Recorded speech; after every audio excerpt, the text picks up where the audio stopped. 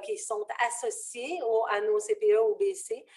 Ce groupe qu'on appelait le groupe incubateur, avec lequel on a travaillé étroitement pour les accompagner dans l'implantation de l'éducation par la nature, mais aussi pour nous aider à mieux définir justement qu'est-ce qui allait devenir les principes fondateurs du cadre de référence. Alors, ce qu'on vous présente aujourd'hui, c'est vraiment le fruit de toutes ces expériences-là. Et d'ailleurs, on en voit vraiment beaucoup de représentations à travers toutes les photos que vous allez trouver. Là, dans le fond, Michel, ce que tu présentes, c'est super important parce que le cadre, il est issu non seulement des recherches qui ont été faites partout dans le monde, puis des expériences qui ont été faites dans le monde, OK? Ou ce que nous, dans le projet Alex, on s'est abreuvé de ça, puis on dit on va aller tester ça ici, puis on va aller tester où? Avec une expérience au travers le projet Alex, qui avait plusieurs volets. Donc, on va aller tester des pratiques sur le terrain carrément, dans un mode recherche, mais aussi tout le volet de recherche que vous avez fait avec Caroline Bouchard. Puis, tu sais, à chaque fois que je nomme son nom, il faut que je fasse « Oui, cette Caroline Bouchard-là. Oui, cette Caroline Bouchard-là. » Alors, à l'écoute, elle va rire parce que je pense que j'y ai fait la même chose quand je l'ai rencontrée pour la première fois. Je lui ai montré son livre. Mais, alors, oui, tu as raison, Fred. Alors, c'est vrai que le côté recherche a été bien important. On a pris le temps de regarder tout ce qui avait été fait en pratique, mais aussi en recherche. Puis on s'est embarqué dans des projets de recherche aussi. Pour ce faire, parce que le projet Alex disait non seulement de l'accompagner, mais tout visait la production aussi de ce cadre-là. Donc, de se donner un cadre québécois inspiré des approches de la science qui a été développée partout dans le monde, mais réaliste pour notre milieu, réaliste pour notre réalité québécoise à l'intérieur des règlements de notre réseau et tout ça. Alors, c'est important de vous le présenter ça, au départ, parce que ce cadre-là, il est comme à la fine pointe de la technologie, si on peut dire, là, au niveau de l'éducation par la nature. C'est drôle à dire, là, parce qu'on est dans l'éducation par la nature, là, mais je voulais juste faire comme une image. Oui. Puis, justement, ce cadre-là, tu l'as développé en cohérence parce que en partenariat, tu as parlé de partenariat, Michel, puis dans le fond, il a été développé avec le soutien du ministère de la Famille, puis en cohérence avec Gazelle et Potiron, puis Acquérir la petite enfance. Tu peux peut-être nous expliquer un petit peu cette collaboration-là que vous avez eue avec le ministère de la Famille? Bien, en fait, comme tu l'as dit, là, le ministère a contribué financièrement à la conception du cadre, mais il a également participé là, aux travaux d'un comité aviseur, du comité de lecture également. Donc, il a été vraiment partie prenante, je dirais, là, dans du processus. Et donc, ce qui est porté par le cadre a été, je dirais, appuyé et même approuvé par le ministère. Donc, c'est important de le rappeler. Ceci dit, bien, toujours à l'intérieur du cadre réglementaire, cadre légal dans lequel on navigue, que ce soit nous ou le ministère, on a un cadre légal et réglementaire.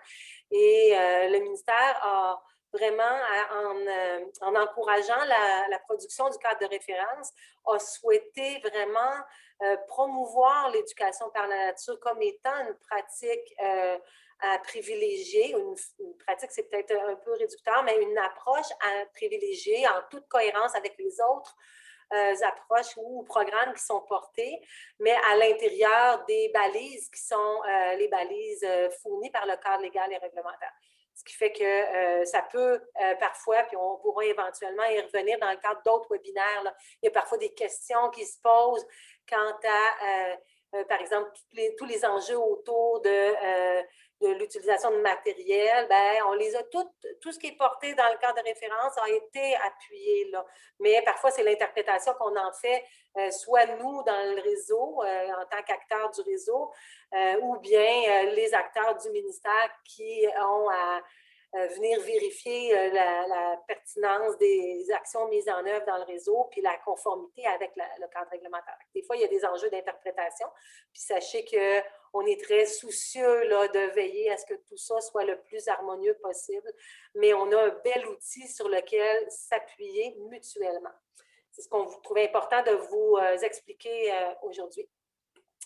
Maintenant, juste un peu pour illustrer, au tout début du cadre de référence, on prend le temps de remercier justement tous les CPE, on ne les nommera pas ici, mais vous avez accès à tous les CPE, BC, qui ont participé étroitement là, au groupe incubateur. Vous avez également les membres, les gens qui ont collaboré à l'interne à la QCPE, mais aussi le comité de lecture, l'équipe de recherche de Caroline Bouchard, puis on fait aussi état là, des participants au comité aviseur. Bref, il y a beaucoup d'acteurs qui ont été partie prenante du projet, sans oublier nos 2 photographes qui ont permis d'avoir vraiment des images extrêmement inspirantes de ce qui se vit au sein de vos milieux.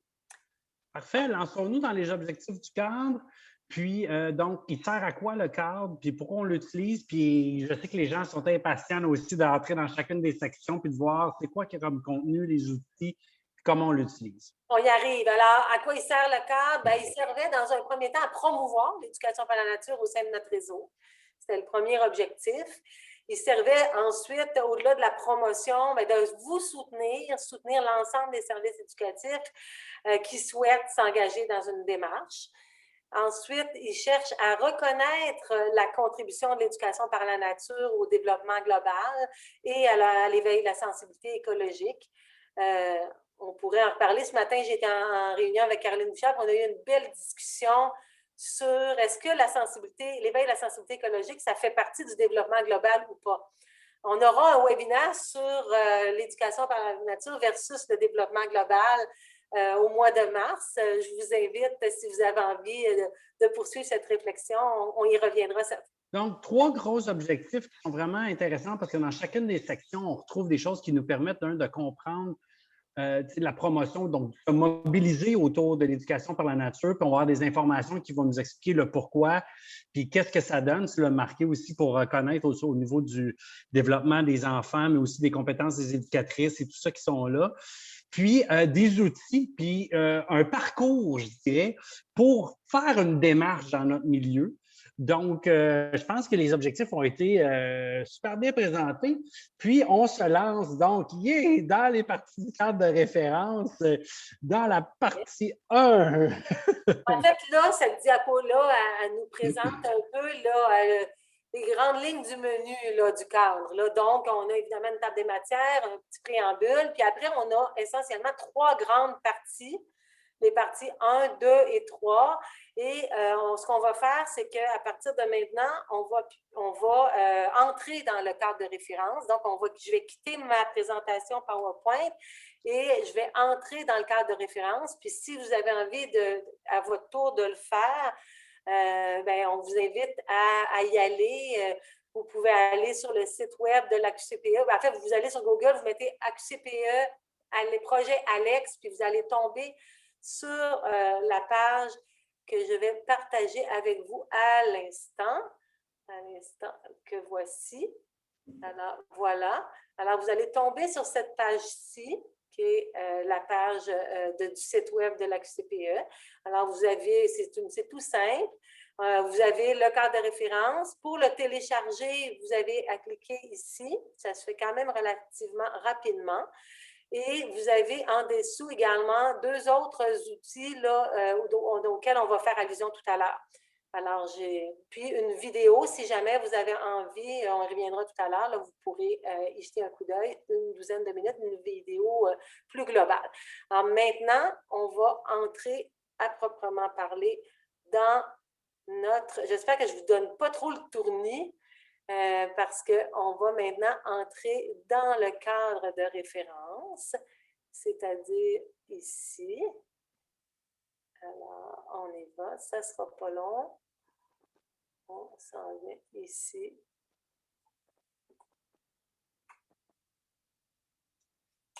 Bon, voilà, j'arrive. Share. Alors, ça devrait être beau. Est-ce que vous le voyez, Fred? Est-ce que vous voyez? Mm-hmm. OK. Alors, on a vu la page titre à quelques reprises. Donc, on va avancer dedans. Je vais le mettre en mode plein écran pour que ça soit plus agréable pour vous de le visionner avec moi. Alors, voilà. Donc, les premières pages. Alors, on va s'attarder à la table des matières parce que la table des matières, finalement, c'est un peu un coup de pouce qu'on donne pour essayer de naviguer. C'est une carte de navigation dans l'outil. Juste mentionner, c'est un outil qui est volumineux, il y a plus de 275 pages. Donc, on va regarder, évidemment, on n'aura pas le temps de regarder tout ça, mais on va essayer de vous aider à le comprendre dans sa façon d'être structurée. Alors, dans un premier temps, la première partie, on l'intitule « Pourquoi et comment s'engager dans l'éducation par la nature ». C'est une partie qui nous permet, dans un premier temps, d'aller voir les faits saillants de la recherche. Tout à l'heure, on a dit qu'on s'était appuyé là, sur ce qui existe dans la recherche. Alors, on a fait, la première partie a été coécrite avec Caroline Bouchard et son équipe. Et ils ont fait 3 recensions des écrits scientifiques, c'est-à-dire qu'ils ont vraiment fait toute une démarche très, très exhaustive où on essaie de voir tout ce qui a été écrit dans le monde en lien avec le sujet. Puis là, on applique des critères pour sélectionner, pour garder les articles les plus pertinents. Puis, on est parti de plus de 1000 articles, puis on a fini avec quelques dizaines d'articles qui ont tous été analysés en détail. Puis, ces articles-là présentent essentiellement des recherches, des travaux de recherche qui ont été menés là, sur le sujet. Maintenant, je vais vous montrer comment on peut naviguer dans le guide. Alors, dans la table des matières, si vous voulez aller rapidement à une page, il faut mettre votre curseur sur le numéro de la page. Alors, comme vous me voyez le faire actuellement. Donc, on va aller voir la section. Ça n'a pas marché.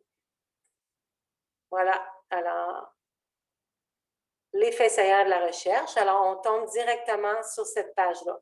Alors, on ne prendra pas le temps de les regarder, mais il y a 3 recensions. Une qui aborde les effets de l'éducation par la nature sur le développement global de l'enfant. On aborde différents domaines de développement. Également, il y en a une qui touche plus les différentes pratiques qui sont mises en œuvre à travers le monde là, dans les projets d'éducation par la nature. Puis la dernière, c'est plus sur les enjeux de santé et sécurité. Et là, maintenant, je pense que je vais être obligée, si je veux passer d'une page à l'autre, je pense que je vais être obligée de sortir du plein écran pour naviguer à travers, parce que sinon, ça va être un petit peu difficile de le faire. Fait que là, je vais aller juste vous montrer à la page 36, donc à la fin de la partie sur les faits saillants, il y a une synthèse qui vous est proposée. Alors, évidemment, c'est une synthèse, vous n'avez pas tout le contenu, vous n'avez pas tout le contexte des recherches, mais si vous voulez aller rapidement aux éléments clés, aux éléments essentiels qui en ressortent, bien, je vous ai parlé de 3 recensions, donc il y a, pour chacune de ces 3 recensions-là, il y a une page qui résume les éléments les plus saillants. Donc, vous voyez les 3 pages. Ces pages-là sont intéressantes parce que vous pouvez les utiliser aussi pour développer vos arguments. Admettons que vous voulez présenter le projet à des parents, vous voulez présenter le projet à votre équipe ou bien à des partenaires, peu importe. Bien là, c'est vraiment vous pouvez juste imprimer ces pages-là, puis ça constitue un point là, de discussion avec eux beaucoup plus accessible que tout le chapitre. C'est vraiment, ce chapitre-là, je l'ai vraiment aimé pour ça, parce que rapidement, on comprend l'impact que ça donne, l'éducation par la nature, puis pourquoi il faudrait s'y intéresser. Puis justement, les petits outils qui sont souvent à la fin de chacun chapitre permettent de faire un rapport, puis de commencer des discussions, soit avec l'équipe qu'on a, avec, comme tu dis, avec le parent, avec le CA, sans qu'ils aient à se taper l'ensemble du bouquin qui est là. Alors, génial pour cette première partie-là. Et là, on tombe dans le vif du sujet, dans le du chapitre 2. Bien, pas encore, Fred, parce que là, il faut oublier que dans la partie 1, on a les faits saillants, mais on a aussi ce qu'on appelle l'implantation de l'éducation par la nature. Oui, je m'excuse, j'allais trop vite. Il va trop vite. Qui, quand même, nous présente les fameux 8 principes. Elle nous les présente super rapidement, mais elle nous permet de voir un peu cette idée-là de 8 principes qui constituent la base de l'éducation par la nature. Ça nous parle des liens entre ces principes-là. Ça nous donne des pistes sur comment cheminer justement dans un processus d'implantation. Ça aborde, comme vous le voyez à l'écran, là, ce qu'on appelle le continuum de l'éducation par la nature. L'idée que c'est un processus dans lequel on chemine. Puis, chaque milieu va aussi avoir à se poser des questions sur sa cible, finalement, jusqu'où il veut aller. Hein, il y en a qui vont dire, ben oui, mais moi, j'aimerais ça vraiment que tous les groupes d'enfants aillent quotidiennement dans la forêt. Puis il y en a d'autres qui vont dire, non, non, nous autres, c'est pas vraiment ça, c'est pas là qu'on veut aller. Puis c'est correct, c'est à chaque milieu à identifier un peu jusqu'où il souhaite aller dans ce continuum-là. Puis chacun des 8 principes peut se décliner sur un continuum. Ça, c'est important de le mentionner, ce continuum-là, puis la variété des degrés qu'on peut aller dans ce processus-là, parce que des peurs sont pour certaines de dire, si j'embarque dans l'éducation de la nature, c'est parce que je veux m'en aller à passer mon temps dehors toute la journée, tout le temps. Ça peut faire peur à des milieux, ça peut faire peur à des équipes, ça peut faire peur à des gestionnaires. Donc, il y a une gradation. Hein? Et l'idée, c'est plus de comprendre c'est quoi les conditions à mettre en place pour bien utiliser l'éducation par nature comme approche pédagogique. Puis, on peut y aller de différentes intensités selon la volonté du milieu. Alors, ça, c'est vraiment intéressant, cette section-là aussi pour ça, puis de comprendre l'aspect du processus que tu nous nommes. Il y a un beau lien à faire avec ce qu'on appelle la boussole, l'éducation par la nature. On y revient tout à l'heure. Yes. Tantôt. Ensuite, ben là, il y a d'autres. Dans cette partie-là, on aborde différents éléments là, de l'implantation, ce qui doit être pris en considération, etc. Puis vous voyez, il y a à certains endroits là, des petites icônes. Puis ces petits logos-là que vous trouvez ici nous indiquent qu'il y a un lien avec un outil qu'on va retrouver à la fin. On va les présenter tout à l'heure, mais pour s'y rendre, vous voyez, on va encore une fois cliquer sur le numéro de page. Même principe que dans la table des matières. Dans le fond, souvent dans le guide, quand vous voyez un numéro de page inscrit quelque part, il y a un lien sur le numéro de page pour s'y rendre. Donc, l'ensemble du cadre, dans l'ensemble du cadre à ce niveau-là. Exact. Alors, on achève là, la première partie, Fred, on y arrive, avec une petite section qui nous parle de l'importance des mesures structurantes. Vous avez certainement déjà entendu parler de l'idée des mesures structurantes. Hein? C'est toutes les mesures qu'on peut mettre en place dans notre milieu pour consolider, je dirais, les pratiques qu'on souhaite implanter ou les changements qu'on a faits. C'est vraiment comment on se donne des moyens d'inscrire dans ce cas-ci, l'éducation par la nature, dans notre ADN d'organisation. Alors, ces mesures structurantes-là, on les présente rapidement ici, mais par la suite, on va y revenir tout au long du cadre de référence et des différents chapitres. Fred, on y est. Deuxième partie. Alors, comment tu l'as introduit tout à l'heure? Qu'est-ce que tu veux dire? Ben, en fait, tu disais que la deuxième partie, c'était le cœur du cadre de référence. Puis, c'est ça, c'est le cœur, c'est le jus. C'est quand, dans la première partie, on va chercher le pourquoi on engage, qu'est-ce qui la constitue. On est en train de se préparer, on est en réchauffement. Mais la deuxième partie, c'est là on plonge puis on le fait. Puis là, ça, c'est le fun. C'est ça. Enfin, la deuxième partie, c'est la plus longue. Là, c'est vraiment le cœur, on le dit. Puis elle présente chacun des fameux 8 principes. Puis pour chacun de ces 8 principes-là, on ne vous les présentera pas tous, mais là, on voit, par exemple, le premier. Pour chacun d'eux, on va toujours présenter dans un premier temps une situation, un exemple, une petite mise en situation, donc qui est en italique, qui est inspiré là, de situations vécues au cours des différentes expérimentations. Puis, par la suite, on a une partie où on explique pourquoi. Alors, on répond à la question, bien, dans ce cas-là, pourquoi adopter une autre vision du temps? Puis, après, on y va avec le comment. Alors, comment on peut adopter une autre vision du temps dans notre réalité. Là, il y a plein d'éléments qui sont apportés. Puis, pour chacun des chapitres, il y a des témoignages d'éducatrices, parfois de parents qui sont introduits, intercalés, puis plein d'exemples, que ce soit par le biais de photos ou par le biais de petits témoignages, des exemples, là, des petits récits de pratique. Je voudrais juste vous montrer également à la page, je vais avancer à la page 60. Alors, si vous voyez à la page 60, on tombe au deuxième principe. Donc, vous voyez chacune des sections là, entre une quinzaine, entre 10 et 20 pages, chaque chapitre. correspondant à un principe. C'est le chapitre sur le lieu. Je prends juste le temps de mentionner à quel point dans ce chapitre-là, qui est quand même assez long, on a vraiment souhaité illustrer à quel point l'éducation par la nature, ça peut s'incarner dans les différents milieux de vie de l'enfant. Alors, tant le local que la cour, que la communauté, l'environnement communautaire, les alentours du service éducatif et évidemment les espaces naturels qu'on peut avoir la chance de fréquenter. C'est vraiment, vous voyez des photos qui illustrent tous ces divers contextes-là avec des exemples très concrets là, de la façon dont on peut les aménager pour y introduire là, davantage les éléments de l'éducation par la nature.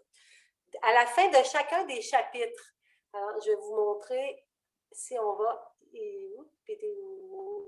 Alors, à la fin de chaque chapitre, on a, après avoir le pourquoi, le comment, on a également une petite section qui aborde les fameuses mesures structurantes. Alors, on les a présentées de façon générale au début, mais ici, pour chacun des principes, on identifie plus précisément des mesures structurantes qui peuvent aider à consolider ce principe-là.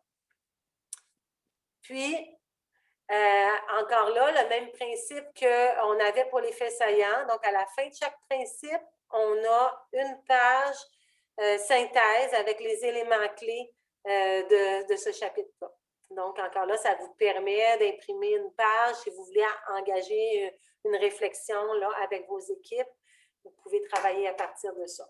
L'ensemble, dans le fond, des principes, des 8 principes sont présentés dans ce chapitre-là, dans lequel on va pouvoir aller voir comment on peut l'appliquer. Tu l'as nommé, il y a des exemples, il y a des recommandations qui sont là, il y a des liens vers des outils qui sont un peu plus loin, puis il y a le résumé à la fin. Fait que tout le chapitre 2 nous permet vraiment d'y aller selon la cible, là. OK, parce qu'on n'est pas obligé, là, hein, on n'est pas obligé de toutes les faire. Là. On peut commencer par prendre le temps, comme tu dis, puis dire, nous, notre premier défi, c'est d'allonger notre temps en nature, puis de donner l'expérience un peu plus longtemps à l'enfant, puis là, on peut y aller avec ça. Puis après ça, on peut construire tranquillement pas vite notre processus, puis ajouter un travail sur chacun des principes. Puis, chacun de ces sections-là sont reliés aussi avec des outils qui se retrouvent à la troisième au troisième chapitre, la troisième section du T, où ce qu'on va plonger tranquillement pas vite. Fait que l'idée, c'est non seulement vous allez chercher des assises théoriques, des assises pratiques aussi de l'expérience qui a été vécue, mais il y a aussi des outils sur lesquels vous allez pouvoir utiliser dans votre démarche qui sont déjà inclus dans le cadre de référence. Exact. Puis pour terminer la deuxième partie, avant de passer à la troisième, il y a deux chapitres qui sont hors principe, mais qui sont extrêmement importants dans la démarche. Il y a un peu des contenus qui sont transversaux. C'est comme les tunes cachées sur les albums, là. Oui, exactement. Et les bonus, si on veut. C'est les bonus. Alors, il y en a un qui est sur la pratique de documentation pédagogique, alors qui est une pratique qui est vraiment mise de l'avant par l'éducation par la nature. Ce n'est pas exclusif à l'éducation par la nature, mais cette pratique-là étant en lien à la fois avec le principe du partenariat avec le parent, avec la pédagogie émergente, avec l'éveil, bref, avec plusieurs des principes, on en a fait un chapitre distinct. Alors, ça présente un peu de quoi on parle, des exemples, ça donne quelques exemples là, pour, je dirais, faire des premiers pas dans une pratique de documentation pédagogique. Et après la documentation pédagogique, on a également une petite section sur l'approche inclusive. J'espère que ça va, voilà. Alors, qui nous permet de mettre en lumière le fait que l'éducation par la nature devient vraiment un contexte extrêmement favorable à l'inclusion d'enfants qui présentent des besoins de soutien particuliers de tout ordre. Là, et il y a plein d'exemples, il y a des beaux témoignages également là, qui sont apportés, puis des pistes de stratégies qui peuvent venir favoriser là, cette approche-là. Donc ça termine, ça complète la fameuse grosse partie 2. Puis après, on tombe dans la partie 3, qui, elle, oui, c'est celle dont Frédéric parlait, qui est beaucoup plus des outils. On l'a appelé une boîte à outils d'ailleurs. J'aime bien la photo qu'on a retenue. Hein. On voit qu'il y a plein d'outils, il y a plein de bagages dans le chariot, mais vous allez avoir plein de bagages dans votre sac à dos ou dans votre chariot pour justement entreprendre là, votre démarche en lien avec l'éducation par la nature. Donc, cette boîte à outils, elle est constituée de 3 sous-sections. Dans un premier temps, il y a des exercices qui vous sont proposés. Pour chacun des 8 principes qu'on a vus tout à l'heure, il y a minimalement un exercice qui est proposé. Dans certains cas, il y en a 2, mais au moins, là, directement, il y a un exercice. C'est des exercices qui sont variés. Donc, ça dépend. Là, on n'a vraiment pas des exercices identiques. On voulait varier les stratégies, mais c'est des outils que vous pouvez utiliser, par exemple, dans une réunion d'équipe pour amorcer là, la réflexion autour d'un principe. C'est aussi des outils qui pourront être utilisés en formation initiale parce que le cadre de référence est également là, utilisé dans par plusieurs enseignants en technique d'éducation à l'enfance. Et donc, ils pourront également utiliser là, ces exercices-là. Donc, vous avez les exercices et des solutions, entre guillemets, aux exercices, puisque c'est pas toujours des solutions uniques, mais on donne des pistes là, de réponses aux différents exercices. Puis, on a à la page 229, on a les fameuses fiches techniques. Alors, ça, j'ai dit qu'il y a 3 sous-sections dans la boîte à outils. Il y a les exercices et leurs solutions. On a les fiches techniques. Ça, les fiches techniques, c'est pour répondre là, à des questions super concrètes. Par exemple, les matériaux. Quand on parle de matériaux libres et polyvalents, de quoi il s'agit? Alors, les fiches techniques, elles tiennent toujours dans une page recto-verso. Donc, c'est 2 pages que vous pouvez imprimer. Une page recto-verso, c'est autoportant. Il y a des informations qui sont très brèves, mais qui permettent rapidement, par exemple, de partager une réflexion avec des parents, avec des collègues ou bien avec d'autres acteurs de la communauté. Puis, il y a toujours quelques questions à se poser qui vous invitent à aller plus loin, puis des références. Donc, vous en avez sur les matériaux, sur le choix, l'aménagement d'un camp de base, justement la question des vêtements, si vous avez des questions sur les vêtements, l'équipement de départ. Voyez-vous, c'est des choses extrêmement concrètes. L'alimentation en plein air, l'hygiène, des questions des fois qu'on n'ose pas poser, mais qu'on a en tête, là, comment on fait si on est dans la forêt et qu'on a envie, un enfant a envie de pipi, bien, comment on s'y prend? Bien, on vous offre des pistes de réponse à ces questions-là. Ça constitue donc la deuxième sous-section de la boîte à outils. Et la dernière sous-section, c'est celle des canevas et procédures. Alors ici, vous allez retrouver toutes sortes de grilles, d'avis, des outils qui ont été développés pour plusieurs avec les milieux, qui permettent là, des aides-mémoire, qui permettent justement là, de venir actualiser un peu nos pratiques. Fait que, je vous donne des exemples. Ça, il y en a certains, c'est pour appuyer la démarche d'implantation. Vous voyez là une ligne du temps. Vous avez un outil pour faire un bilan. Vous avez un outil pour soutenir un apprentissage par problème. Ici, une grille pour évaluer le rôle qui est joué par l'adulte, par l'éducatrice en éducation par la nature. Un aide-mémoire pour les sorties. Ensuite, un formulaire de consentement parental. Alors, ce sont toutes sortes d'outils qui ne sont pas apportés comme étant l'outil à utiliser. Ce n'est pas une prescription, mais ce sont des outils qui peuvent vous être utiles, soit pour vous inspirer et développer vos propres outils, ou dans certains cas, bien, ils vous sembleront peut-être pertinents d'être utilisés tel quel. Et ces outils-là ont souvent été utilisés et développés dans les groupes incubateurs avec les gens avec qui vous avez fait l'expérience. Puis ce qui est intéressant, c'est ça, c'est qu'on peut copier-coller, le modifier, on peut le prendre tel quel, on peut s'en inspirer, mais au moins, on ne part pas de zéro à devoir reconstruire nous-mêmes un ensemble d'outils un ensemble de documents. Là. Alors, c'était le but aussi de faciliter cette approche-là en disant qu'il y a déjà plein de ressources qui sont disponibles à l'intérieur du cadre.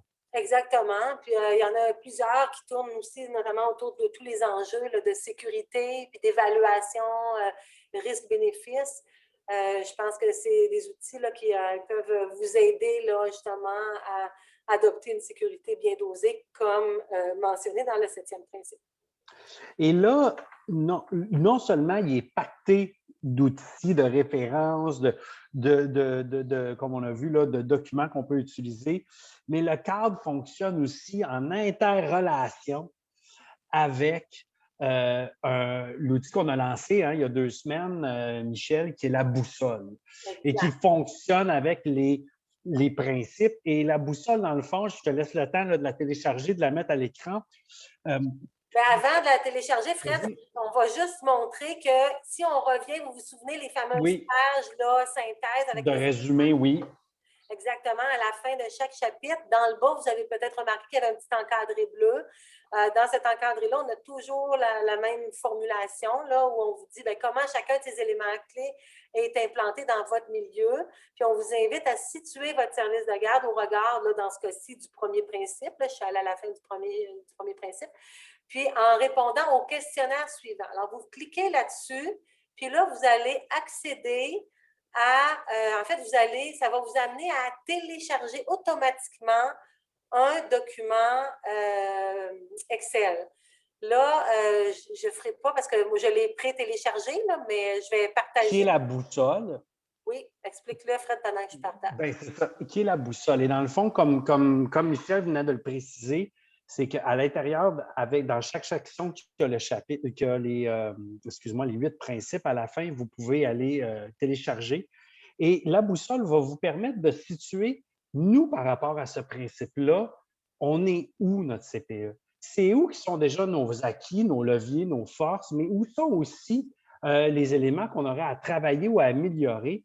Alors, c'est un outil qui permet de faire un super beau diagnostic, notre portrait, et il est divisé comme le cadre est divisé un petit peu là, dans la section 2. Donc, pour chacun des principes, il y a possibilité d'aller faire cette analyse-là. Tu nous montres un exemple, Michel? Exact. Alors, par exemple, si on va aller, là, vous voyez peut-être, je ne sais pas si vous voyez à cause, moi, de ma barre. Là, oui, on voit les barres, les onglets en bas, le temps, lieu, pédagogie, interaction. Alors, on va, par exemple, le premier onglet, c'est vraiment, on explique le fonctionnement. Après, si vous allez au deuxième onglet, celui du temps, on va l'essayer. Donc, admettons, on regarde, on revient sur le premier principe. À chaque fois, on vous offre la possibilité, on vous invite à retourner au cadre de référence, prendre le temps de lire, parce que pour être capable de répondre aux questions, il faut quand même peut-être avoir pris le temps de s'approprier un peu là, le vocabulaire, puis les idées, les concepts là, qui sont dans chacun des principes. Puis là, on vous pose quelques questions. Par exemple, quelle est la fréquence des périodes en milieu naturel? Vous répondez. On va y aller de façon aléatoire, parce qu'on a dit qu'on n'allait pas dans le contenu. Donc, on fait ceci, cela. Je ne sais pas qu'est-ce que ça donne. Puis, vous répondez comme ça. On peut mettre une seule réponse par question. Et à la fin... Donc, super facile à utiliser. Là, on clique puis, pour chacune des trucs. Mais comme on dit, si on veut avoir une lecture adéquate, il faut quand même aller se référer un peu au contenu pour s'assurer que la réponse qu'on donne est en lien avec les éléments qui sont expliqués dans ce chapitre-là ou dans ce principe-là, puis qui reflète vraiment ce qui se passe dans notre milieu. Complètement. Puis, là, tu continues. Oui, bien, en fait, là, on peut aller au lieu, mais là, je l'ai pré-rempli, Fred, pour pas que ça soit... C'est ça. Mais à la fin, puis vous pouvez le faire juste un seul principe à la fois. À la fois. Vous pouvez le faire au complet.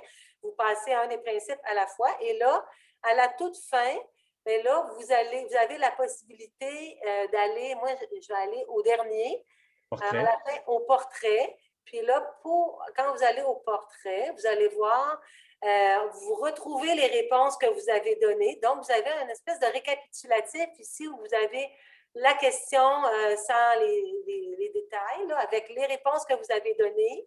Vous pouvez inscrire le nom de votre CPE ou de l'installation. ou de votre milieu, si vous êtes un certificat dans un milieu familial, la date à laquelle a été réalisé le portrait pour être capable de vous situer dans le temps. Puis, par la suite, bien, il y a un tableau qui est généré automatiquement, donc qui permet de voir un peu, en ce qui concerne la vision du temps, bien, on voit que Frédéric, tout à l'heure, parlait des forces ou des leviers que j'ai dans mon milieu. Bien, on verrait que dans mon milieu, j'ai une grande force sur le plan du temps qui est passé dans la cour. Puis également, quand même, on y va très souvent, on y va longtemps. On va quand même moyennement en nature, puis pour une durée moyennement longue. Par contre, il y a peut-être des choses qu'on pourrait faire voir progresser sur le plan de la régularité ou de la souplesse. Vous voyez, ça nous donne un peu un récapitulatif là, de nos réponses. Puis ça, bien, on a ça pour chacun des 8 principes. Alors, vous voyez la même chose. L'outil, ce qui est intéressant, c'est qu'on n'est pas obligé de le remplir au complet. On peut dire, on travaille en ce moment, mettons le premier principe, on veut savoir on part de où. Puis là, on fait notre portrait, puis ce qui est intéressant, c'est que notre portrait peut être évolutif. Pendant qu'on est en train de travailler, on peut aller répondre aux questions, voir, oups là, on est rendu où là?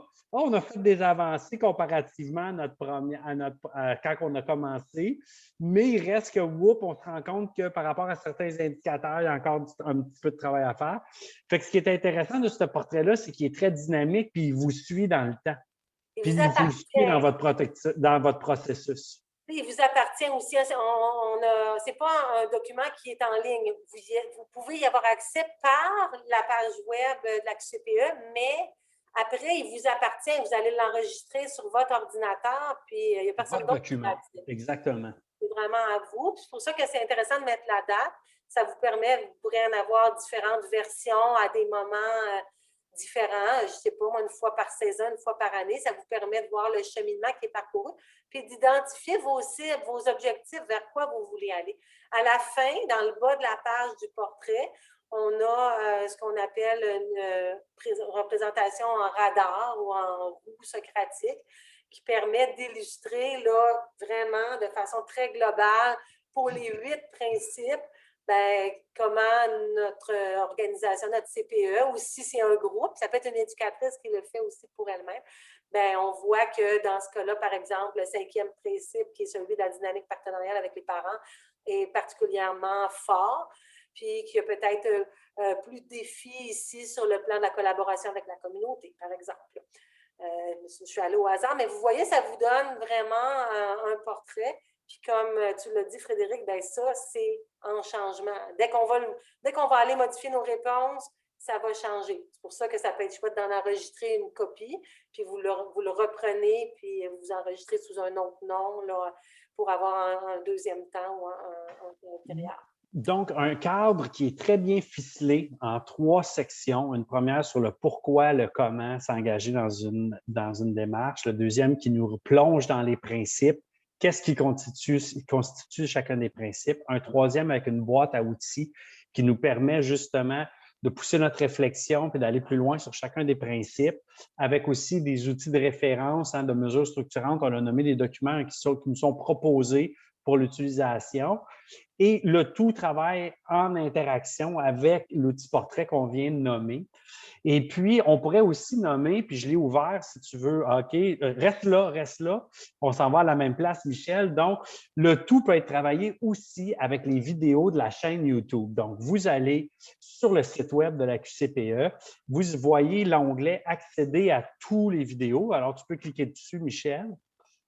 Et donc, en soutien au cadre, avec la boussole, tout ça, vous allez avoir une série de 70 à peu près vidéos, hein, c'est ça, qui sont là et qu'on va continuer à mettre à jour. D'ailleurs, la présentation qu'on fait aujourd'hui est enregistrée puis elle devrait se retrouver là. OK? Donc, sur ce lien-là, de cette chaîne-là. Et vous avez, selon les principes que vous travaillez, puis peut-être des petits enjeux ou des choses que vous voulez voir, il y a différents sujets qui sont adoptés. Exemple, astuces hivernales en milieu urbain. Donc, comment qu'on regarde ça ensemble, puis qu'on se donne des trucs pour aller dehors un peu plus, puis explorer la nature, mais en milieu urbain. La pédagogie émergente, c'est quoi? Donc, on va plonger là-dessus, une brève introduction qui peuvent être intéressantes pour utiliser aussi avec nos éducatrices ou avec nos collègues pour engendrer justement la discussion sur un principe ou sur un aspect des principes qui sont là. Alors, y a-t-il quelque chose que tu voudrais ajouter ou nous pointer une vidéo en particulier? En fait, ce que je voudrais ajouter, c'est que deux choses. Dans un premier temps, on a également préparé des questions pour approfondir l'utilisation des différentes vidéos. Le tout sera mis en ligne parce qu'on est en train à la QCPE là, vraiment de revoir, on va changer, on est en train de migrer vers un nouveau site web. Et pour ce qui est là, de l'ajout de ces éléments-là, ça va aller avec le nouveau site web. Mais il y aura également là, du matériel qui sera lié à chacune des vidéos, en particulier les vidéos, c'est celles-là que je voulais ajouter, qui sont dans le bas de la liste, qui sont plus des vidéos qui ouvrent une petite fenêtre sur des petits moments croqués sur le vif. Ils sont en lien avec, je pense, c'est 4 ou 5 des 8 principes, là, qui sont illustrés à travers des moments réels, là, saisis ou captés lors de situations en milieu naturel. C'était ça que je voulais ajouter. Puis à la fin, bien, vous avez la dernière vidéo qui est aussi sur la page du site web, la page sur laquelle, à partir de laquelle on a accédé à la chaîne YouTube. Dans le chat, je vais vous laisser le lien pour accéder à la page du site web Alex, qui va vous référer non seulement au cadre, à la boussole, à la chaîne YouTube. Donc, c'est vraiment quelque chose à mettre dans vos favoris puis à pouvoir utiliser constamment. On approche à la fin. On avait dit qu'on essaierait de terminer là, vers… j'ai fait une faute. Je vais marquer 14 heures vers la fin là, pour être capable de prendre les questions. Alors, on est là, je regarde le chat, c'est des questions. Sinon, en attendant que vous nous posez vos questions, on va faire l'annonce d'autres webinaires, Michel, si tu me permets. Alors, le 23 mars prochain, on va regarder, Michel et moi, avec vous, l'éducation par la nature, un levier extraordinaire pour le développement global de l'enfant. Donc, on va approfondir un peu l'impact de cette approche-là sur le développement de l'enfant, puis tous les bienfaits que ça lui amène. On va réfléchir à quelque chose aussi, une question, le 22 avril, donc un mois plus tard. On va réfléchir à une question qui est souvent posée par les gens qui vivent à Montréal ou à Québec ou en grand milieu urbain, Longueuil, Laval. C'est possible de faire de l'éducation par la nature en milieu urbain ou il faut absolument que je sois à Mont-Laurier? Eh bien non. On vous le dit tout de suite, on vend le punch du 22, ça se fait en milieu urbain, puis c'est ce qu'on creuse le 22 avril. Un mois plus tard, encore, vous voyez, donc, on essaie de vous alimenter au mois. Le 20 mai, on va discuter de l'éducation par la nature pour les enfants ayant des besoins de soutien particuliers, super intéressant.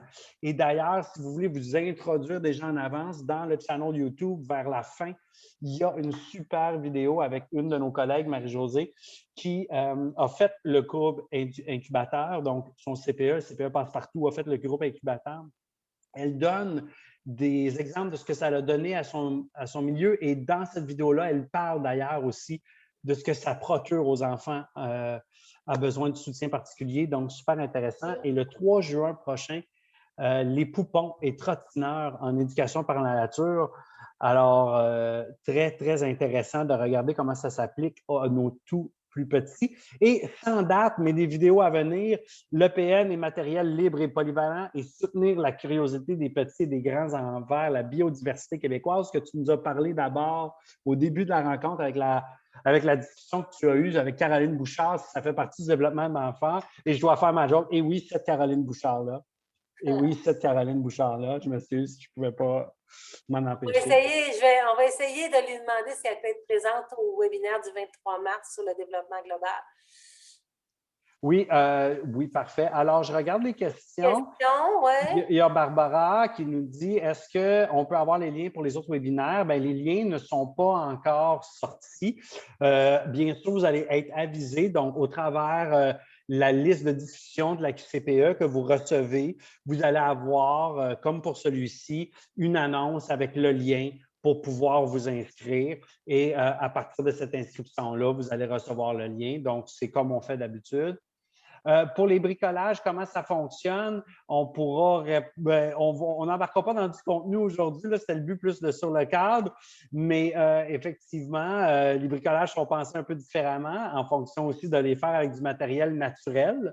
Alors, il y a plein de choses là. Alors, je titille, mais vous allez trouver dans le cadre aussi des informations à ce niveau-là. Je ne sais pas si tu veux rajouter quelque chose, Michel, là-dessus. Ben, c'est juste que l'idée même de bricolage est mise dans la réflexion de toute l'approche de pédagogie émergente. Là. Donc, mais il y aurait une belle réflexion à faire autour de ça, évidemment.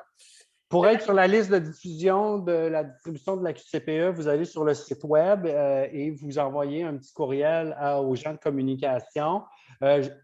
Avant, il y avait un truc où on pouvait s'inscrire nous-mêmes. Je ne sais pas s'il est encore là parce que, comme je dis, on migre.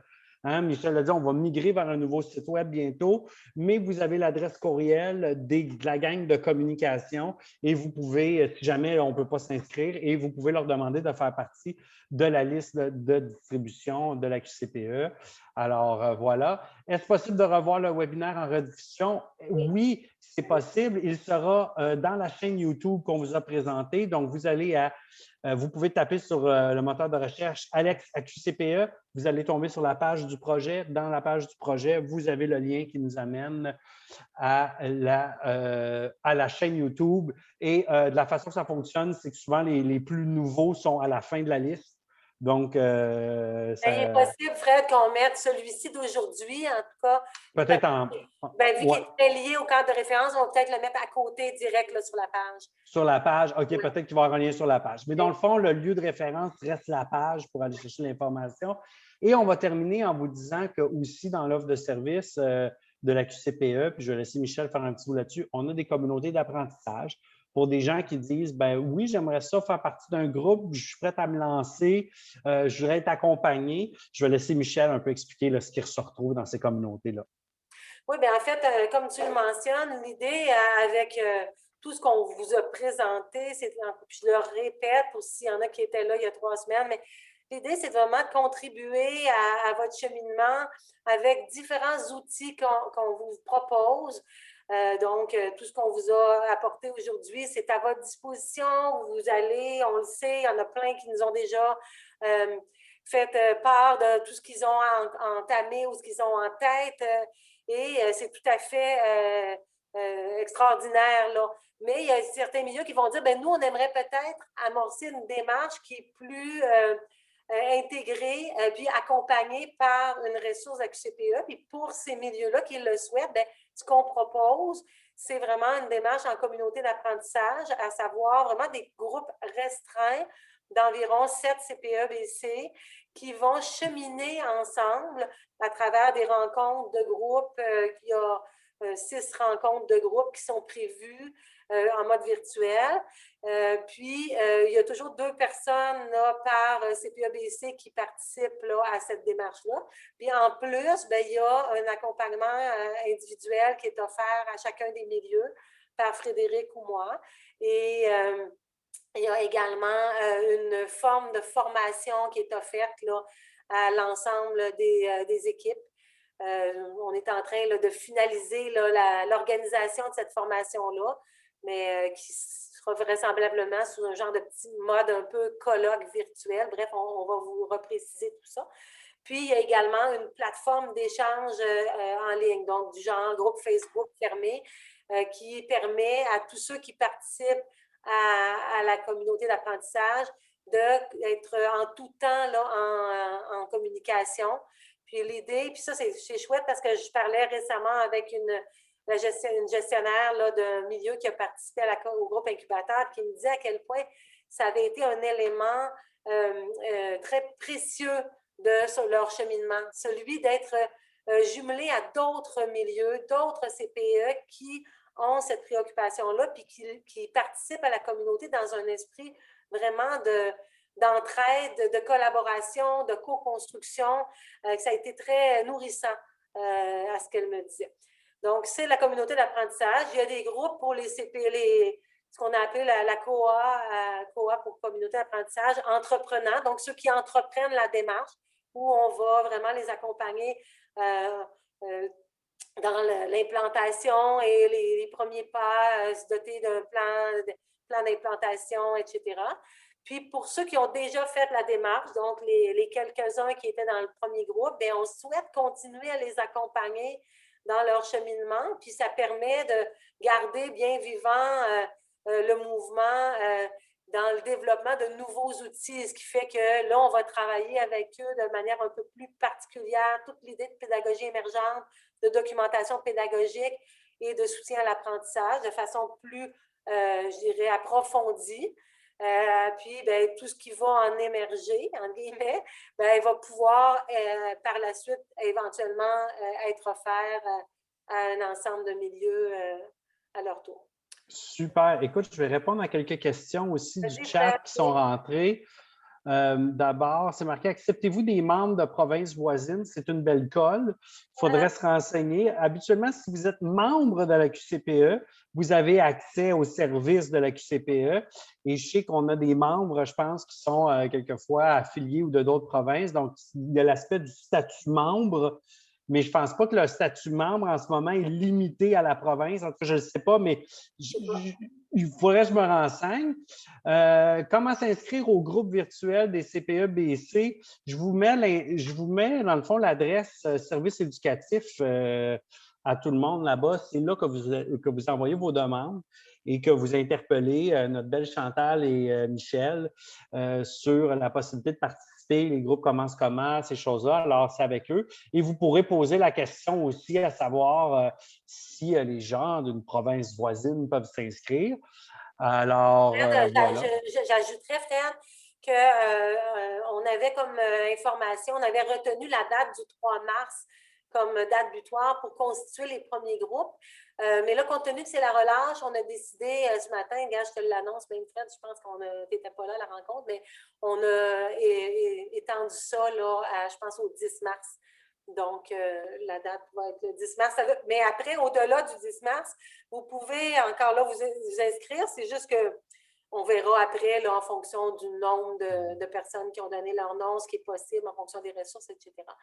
Mais si vous avez déjà votre idée et que vous souhaitez entreprendre la démarche, bien, moi, je vous invite à vous inscrire avant le 10 mars parce que c'est à ce moment-là qu'on va constituer là, les premiers groupes. Voilà. Est-ce qu'il y a d'autres questions, commentaires, Fred? Oui, il y a d'autres questions. On tombe dans le très précis. Je vais devoir demander aux gens de peut-être nous écrire à service éducatif et de poser des questions parce que là, on me demande des coûts pour les CPE-BC, pour un BC. Il faudrait comprendre c'est quoi la nature du besoin, c'est quoi que vous aviez en tête. Il y a des choses à réfléchir là-dessus, dépendamment de ce que vous voulez faire. Il y a des CPE-BC qui ont participé au groupe COA dans un certain mode, mais si dans votre tête, vous avez vous l'associez à votre projet qualité BC, puis vous avez autre chose en tête, mais il y a des choses à discuter là-dedans. Fait que je ne veux vraiment pas m'entrer dans des prix en ce moment là, en ligne. A-t-on encore accès à une professionnelle biologique qui pourrait venir analyser l'endroit en forêt où nous voulons implanter? Je ne sais pas si tu peux répondre à Ben, je peux celle-là. répondre, puis je voudrais aussi répondre rajouter un complément, Fred, à la question précédente. Actuellement, ce qu'on met sur la table, vous voyez, on a mis beaucoup de choses. Puis les communautés d'apprentissage, actuellement, c'est la formule qu'on propose. C'est sûr qu'on n'est pas actuellement en mesure d'accueillir toutes les demandes de clés en main avec des particularités. Je pense que c'est important de le nommer parce qu'on on n'est pas capable. Nos ressources sont quand même ce qu'elles sont actuellement. Donc, c'est la formule qui est mise de l'avant, qui a été expérimentée par des BC et des CPE. Pour plus d'informations, là, évidemment, allez à service éducatif. Puis, pour ce qui est de biologiste, ce n'est pas un service que la QCPE offre, mais évidemment, dans la perspective du sixième principe, c'est-à-dire de la collaboration étroite avec la communauté, c'est assurément une action intéressante à envisager et on vous invite à interpeller des acteurs de votre communauté qui pourraient vous aider en ce sens-là. Je pense, par exemple, dépendamment de votre secteur, au Conseil régional de l'environnement, je pense au comité de bassin versant qui sont des acteurs parfois intéressants pour jouer un rôle. À Laval, il y a les clubs 4H qui avaient contribué aussi là, de manière importante ou l'organisme Canopé. Dans chacune des régions, il y a des organismes qui peuvent être des alliés par rapport à une demande comme celle-là. J'ai une autre question que je vais répondre rapidement. C'est la dernière question à laquelle je vais répondre. On se demande si les questions responsables de milieu familial accrédités peuvent s'inscrire dans les groupes. Je vais répéter que les groupes s'adressent aux gestionnaires et aux conseillères pédagogiques, que ce soit pour un BC ou un CPE. Et ensuite, exemple, on a eu des BC qui s'étaient inscrits. Pour l'aspect de l'accompagnement des RSG, ensuite, c'est la responsabilité du BC qui peut créer des communautés de pratique à l'aide de ses professionnels, donc pour aller accompagner les RSG. Donc, à ce niveau-là, notre transfert est vraiment fait. Oui, je t'ai vu, Michel, je vais te donner la parole après. Notre transfert est fait vers vous. C'est sûr qu'à l'extérieur de la COA, comme exemple, un certain nombre d'éducatrices pourraient accéder à votre groupe d'éducatrices pourrait accéder à la formation qu'on donne, mais l'accompagnement des RSG demeure la responsabilité en ce moment dans ce qu'on est capable de livrer. Là, je le répète, on est en réflexion sur le futur, mais en ce moment, ce qu'on offre, c'est vraiment que la COA s'adresse aux gestionnaires et aux conseillers pédagogiques qui vont accompagner soit leur équipe de l'installation ou soit les RSG. En fait, si je peux ajouter un complément d'information, Fred, c'est que les deux personnes, comme tu as nommé, là, il y a deux personnes par CPE ou CPE-BC ou BC, là, dépendamment de votre organisation. Mais il pourrait y avoir un CPE ou un BC qui choisissent de désigner une éducatrice ou une RSG pour jouer ce rôle-là, mais uniquement si on lui confie un rôle de leader. C'est pour ça qu'on parle de leader pédagogique. Si le CPE, par exemple, convient avec une éducatrice qu'elle va être dégagée un certain nombre d'heures pour jouer un rôle de leader auprès de son équipe, notre idée, c'est vraiment ça, c'est de dire, c'est ce qu'on a expérimenté, c'est de soutenir des démarches collectives et non pas des démarches individuelles. Après, bien, le BC, lui, peut soutenir des démarches individuelles, puis on va l'aider à le faire là, dans l'accompagnement qu'on va faire. Voilà. Je ne sais pas s'il y avait d'autres questions, Fred, ou on complète avec ça? Ben, j'ai une question parce que c'est une question qui revient souvent, l'idée de s'inscrire même si on n'est pas membre de la QCPE. Vous comprenez tous bien que l'idée même d'être faire partie d'une association, c'est d'encourager ce mouvement-là de l'association et de pouvoir se donner bien sûr des services, puis de pouvoir avoir accès à des programmes. En plus, le coût, tout ce qu'on obtient comme membre versus le coût, puis le rabais qu'on a aussi là, sur les choses est vraiment intéressant. Alors, je comprends pour des situations X qu'il y a des gens qui sont non membres en ce moment qui voudraient accéder. Eh bien, je vous invite à nous contacter, à regarder les choses avec nous parce qu'il y a vraiment, c'est vraiment intéressant en ce moment de devenir membre de la QCPE avec l'ensemble des services qui sont offerts. Puis l'éducation par la nature et le projet Alex en est une de ces services-là qui fait que se joindre à la force de cette association-là est encore plus intéressant. Sur ça, Nickel, je vais te souhaiter une belle fin d'après-midi. Je vais vous souhaiter à tous une belle fin d'après-midi. Et merci beaucoup de vous intéresser à l'éducation par la nature. Allez explorer les outils, allez explorer la boussole, allez explorer le channel YouTube. Ça, c'est accessible à tout le monde. Alors voilà, c'est déjà un très grand bout qu'on fait à ce niveau-là. Bonne fin de journée, Michel. Bonne fin de journée et racontez-nous ce que vous faites. Hein? Ça va toujours nous faire plaisir, même si vous ne nous demandez pas des services. Là, on est toujours content de savoir qu'est-ce qui se passe là, dans vos milieux. Alors, à la prochaine. Au revoir. Au revoir.